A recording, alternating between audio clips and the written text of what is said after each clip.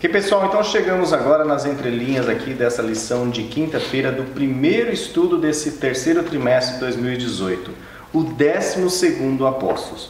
No final aqui da fala, né, Ricardo, nós vamos falar um pouco sobre simbologia, né, essa simbologia, né, dos 12, esse números, no 77, 7 vezes 7 e a 70, tudo que a Bíblia cita, né, na verdade tem uma simbologia muito forte. Mas antes de nós falarmos sobre essa simbologia, nós vamos começar aqui a pegar na linha da lição que fala assim, ó, isso é essencial, né?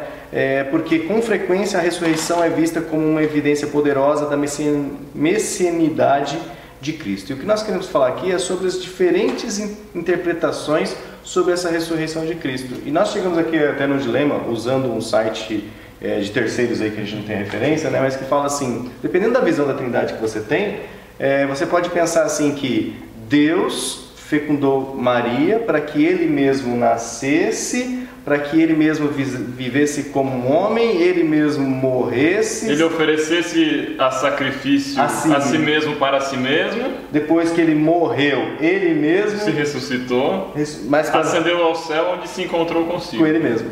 Ou seja, né? Então, dependendo da visão que você tem, pessoal, realmente as interpretações ficam bem confusas. E essa sentença toda não deixa de ser verdadeira. Exatamente. Vamos ver agora qual o viés correto de você colocar então nessa sentença confusa, ok? Fiquemos agora com os slides. Vamos lá, lição quinta-feira, o 12º Apóstolo. Bom, a primeira coisa que a gente vai fazer é o seguinte.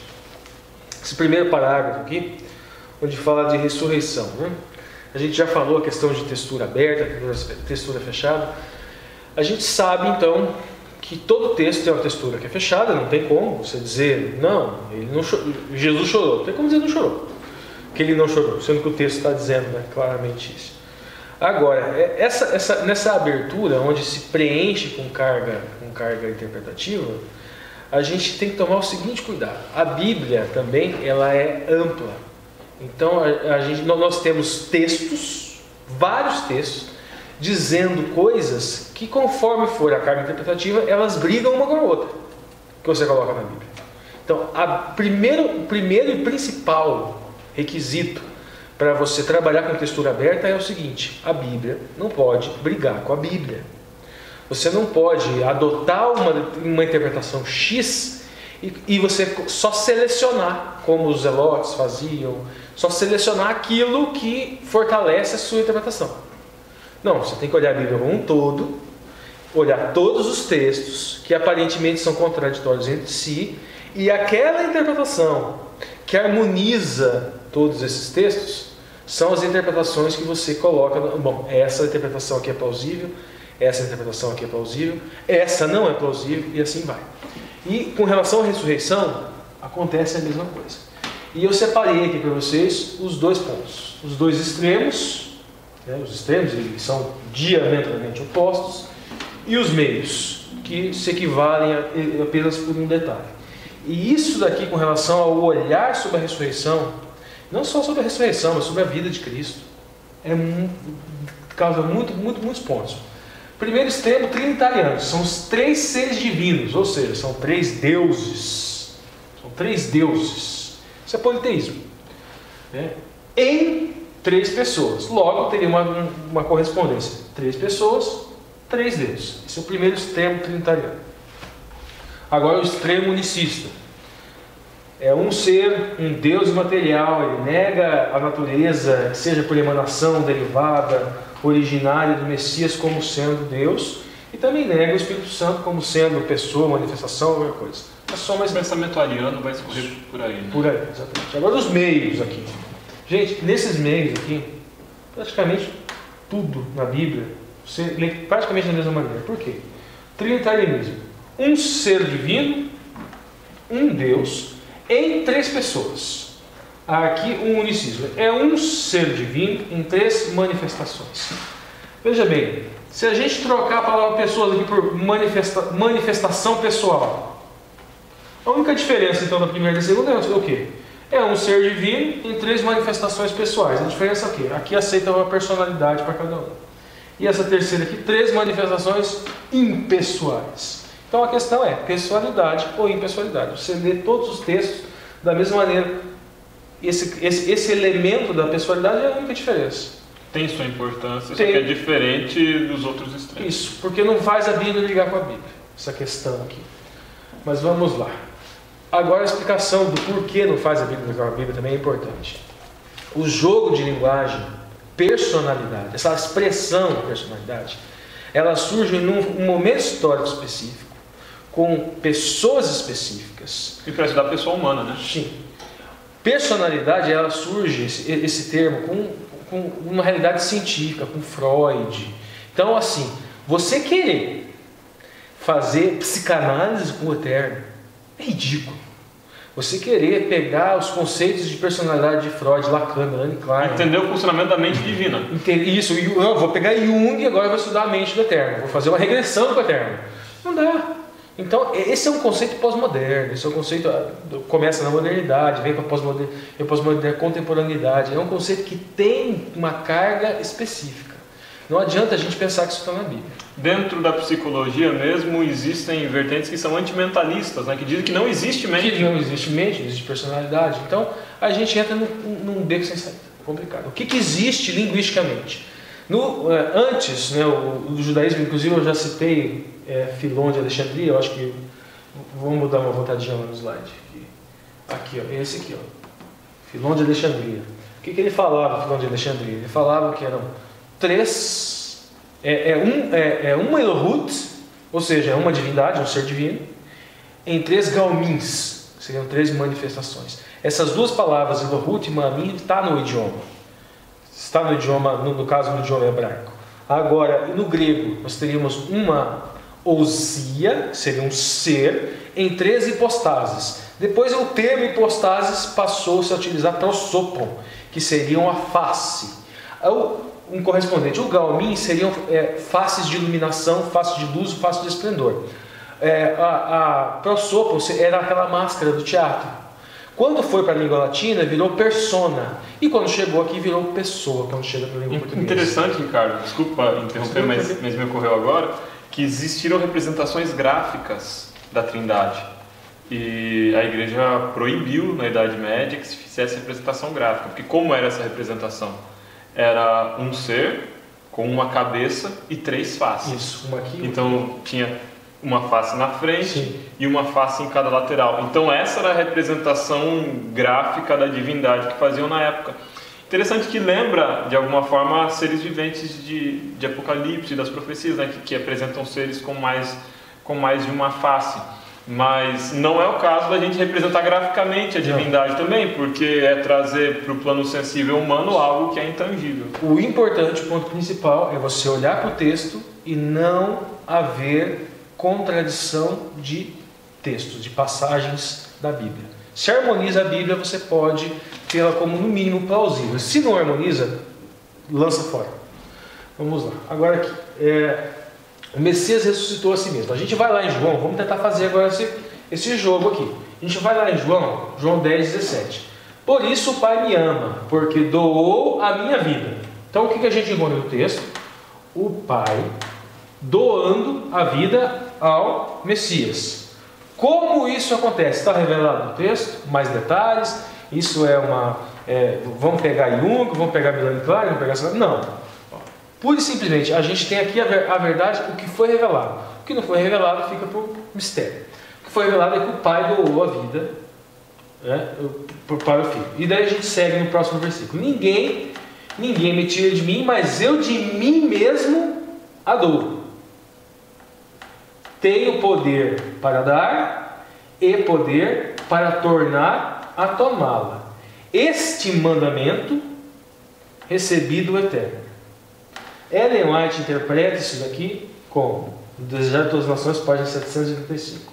O Salvador saiu do sepulcro pela vida que havia em si mesmo. A passagem aqui diz que essa vida veio do Pai, no caso 17. Mas pela vida que existia em mim mesmo. Vamos para a próxima passagem. Então aqui a gente tem uma ideia. Vamos lá, agora Gálatas 1:1. O Pai ressuscitou o Filho. O que fala Gálatas 1? Paulo, apóstolo, não da parte dos homens, nem da parte de alguma, mas de Jesus Cristo, e por Deus o Pai, que o ressuscitou dos mortos. Ou seja, de certa forma, aqui também a gente vê que o Pai ressuscitou o Pai também. Então, nós já vemos lá de si mesmo, agora o Pai, agora vamos lá, Romanos 8:11. E se o Espírito daquele que dos mortos ressuscitou a Jesus habita em vós, aquele que dos mortos ressuscitou a Cristo, também me vivificará os vossos corpos mortais, pelo seu Espírito que em vós habita. Veja bem aqui, ó, pelo seu Espírito que em vós habita. Quem ressuscitou o Filho foi o Espírito. Ou seja, aqui nós temos uma interpretação de que no caso seria o Filho. Qual que é a questão aqui? Um ser tripessoal é algo que não tem como a gente entender. Nós somos um ser unipessoal. O Eterno aceitamos essa carga interpretativa de um ser tripessoal porque é a única maneira dos textos não ficarem um chocando com o outro. Mas como nós vamos entender isso? A essência do Eterno, o Eterno ontologicamente, a eternidade não será tempo suficiente. Agora eu vou trazer uma alegoria interessante. O Alexandre começou com a alegoria e me deu um insight no começo, e a gente tem que tomar esse cuidado. A gente estava conversando sábado e ele trouxe a seguinte alegoria. Ele falou o seguinte: não, tem muita gente, olha, tem um banquete de verdades em cima da mesa, e o cara está embaixo da mesa procurando aquela comida que está embaixo da mesa. Ou seja, está tudo revelado, mas ele está achando um mistério embaixo da mesa que não foi revelado. Que só ele sabe que aquela comida vai ser melhor do que todo o banquete. De todo aquele banquete que está em cima. Agora, daí me veio um insight no meio da alegoria dele, o seguinte: daí o cara está lá embaixo da mesa e ele olha uma coisinha amarela brilhante, vai lá, um queijinho, vai lá e pega, uma ratoeira, a ratoeira pega na mão dele. Gente, a gente tem uma revelação bíblica, mas tem mistérios. Aquilo que fica na caixinha, ele deve ficar na caixinha do mistério. Aquilo que não foi revelado, não foi revelado, não é para a gente entender agora. Se tiver comida embaixo da mesa, é armadilha. Exatamente. Então vamos tomar cuidado daquela coisa de querer ser a estrelinha que vai receber, só você vai receber a iluminação, vai receber a verdade. Vamos tomar cuidado com isso, que a gente pode estar entrando numa baita de uma armadilha. Bom, agora o ponto com relação à simbologia dos 12 apóstolos. Olha só, um detalhe aqui. Atos dos Apóstolos 1, daí, capítulo 1, versículo 26. Ele fala que seriam testemunhas da ressurreição. Esse ponto aqui vai ser importante para a gente entender quem é o 12º. Por quê? Precisavam de testemunhas, tanto com relação à ressurreição, quanto com relação à ascensão. Então alguns falam assim: o Paulo não era testemunha da ressurreição, ele não era nem convertido. Então os 12 apóstolos, quem seria o 12º? A gente conta Judas morreu, então veio lá, foi Matias, foi sorteado lá, escolheram 2, sortearam um lá, escolheram ele. Porque ele em tese teria sido testemunho. Só que tem uma coisa, veja bem, Paulo caminha de Damasco, ele vê quem? Cristo. Se viu Cristo morto? Na ressurreição. Lógico, ele viu Cristo. Então, essa história que o Paulo não testemunhou a conversão, não é bem assim. Mas tá. Ele não viu saindo do sepulcro. Isso. Assim como ninguém deles viu. Agora, na nossa língua portuguesa, a gente constrói o seguinte jogo de linguagem. Em português, tá? Não é em hebraico, nem grego, nem nada. A gente fala assim, apóstolo no sentido amplo e apóstolo no sentido estreito. O que seria o apóstolo no sentido amplo? O apóstolo no sentido amplo é o enviado. Então seriam mais de 12. Eram vários os enviados para levar o Evangelho. Podíamos dizer que até hoje existiriam apóstolos nesse sentido. Estou falando da língua portuguesa, tá? Não necessariamente usam chapéu, né? Não, só foram enviados para levar a mensagem. Agora, isso pegando o significado literal, que seria apóstolo em grego, trazendo correspondência, seriam aqueles enviados para levar o Evangelho. Agora a gente precisa pensar um hebraísmo. E dentro do hebraísmo existe uma questão assim, que às vezes os números eles não são apenas quantitativos. Ou seja, não é para contar 1, 2, 3. Vamos supor assim, para dizer que são 12. Vamos lá, 1, 2, 3, 4, 5, deu 12. Não é bem assim. Às vezes eles passam informações qualitativas para transferir qualidades. E o 12 transfere uma qualidade de quê? Uma qualidade do povo de Deus. Só um detalhe aqui, Lucas 6 e Atos 1, ele não cita Tadeu, ele cita Judas, filho de Tiago. Só que alguns falam que, na verdade, seria a mesma pessoa, que o nome dele, na verdade, que esses dois nomes se aplicariam à mesma pessoa. Então não estaria falando de Judas Tadeu. Vamos lá. Agora aqui, Dimas ou Paulo. A gente vê aquela forma qualitativa de trabalhar com os números, a gente vê isso muito no Velho Testamento. Por exemplo, quando fala lá em território, 12 tribos, porque 12 é uma qualidade, é um número que transfere a qualidade do povo de Deus. E aí, Efraim e Manassés, eles entrariam no lugar de José e de Levi. Levi não levou território, pegou apenas algumas cidades, e José é justamente pai de Efraim e pai de Manassés. Então aqui nós teríamos essas duas tribos, substituir essas duas tribos daria 12. Na saída do Egito. Na saída do Egito a gente tem Efraim e Manassés contados como meia tribo, para dar 12. Em Apocalipse, para dar 12 tribos. Sai Efraim e Dan, simbolicamente porque com Jeroboão se colocou um altar pagão no território de Efraim e no território de Dan, e entra José e Levi, justamente para trazer a qualidade de que é o povo de Deus sem paganismo nenhum. Ou seja, saíram da Babilônia, o joio foi separado do trigo, é só trigo. Agora aqui, é o que eu falei, é aquele jogo de linguagem do apóstolo em sentido amplo. Dariam quantitativamente mais de 12, em sentido escrito, 12 seria uma qualidade, né? A gente vai lá em Atos 1:26 e fala o seguinte: e lançando-lhes a sorte, caiu a sorte sobre Matias, e pelo voto comum foi contado como os 11 apóstolos. Ou seja, Matias, então aqui traz essa informação de que seria o 12º. Só que a gente vai em Romanos 11:13, porque convosco falo, gentios, que enquanto for apóstolo dos gentios, eu glorifico o meu ministério. A gente entende que o fato de ser quantitativamente, vamos dizer assim, 13, não tira qualitativamente a noção de 12, incluindo o apóstolo Paulo, ou incluindo Matias, ou até mesmo incluindo Judas Iscariotes. Porque senão nós teríamos que ter 12 apóstolos até hoje, né? Teria que ter continuado fazendo herdeiros sucessivamente. Isso não aconteceu. Agora o Lúcio retorna. Pessoal, vocês viram que realmente é questão de como você vai olhar para o texto, na hora de você interpretar, verificar realmente qual que é a mensagem do emissor e não necessariamente qual que é a interpretação do receptor, né? Que não é interessante. Bom, encerramos então aqui as entrelinhas de quinta-feira.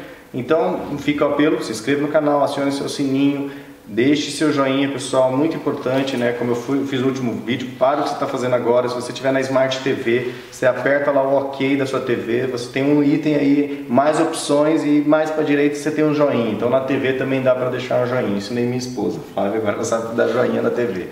Então, se você não estiver na Smart TV, estiver no computador, é só clicar em joinha. Se você estiver no celular, é só você virar o celular e também deixar o seu gostei, ok? Isso é muito importante para o canal, não só para o Entre Linhas, como para todo o conteúdo aqui que você assiste no YouTube. Isso ajuda a promover, a dizer que realmente as pessoas gostam desse conteúdo e que vale a pena, então, o YouTube recomendar esse conteúdo para outras pessoas, ok? Então, como nós estamos tratando aqui de assuntos eternos e espirituais, é importante que outras pessoas recebam essas recomendações do YouTube. Seremos missionários, né, pessoal?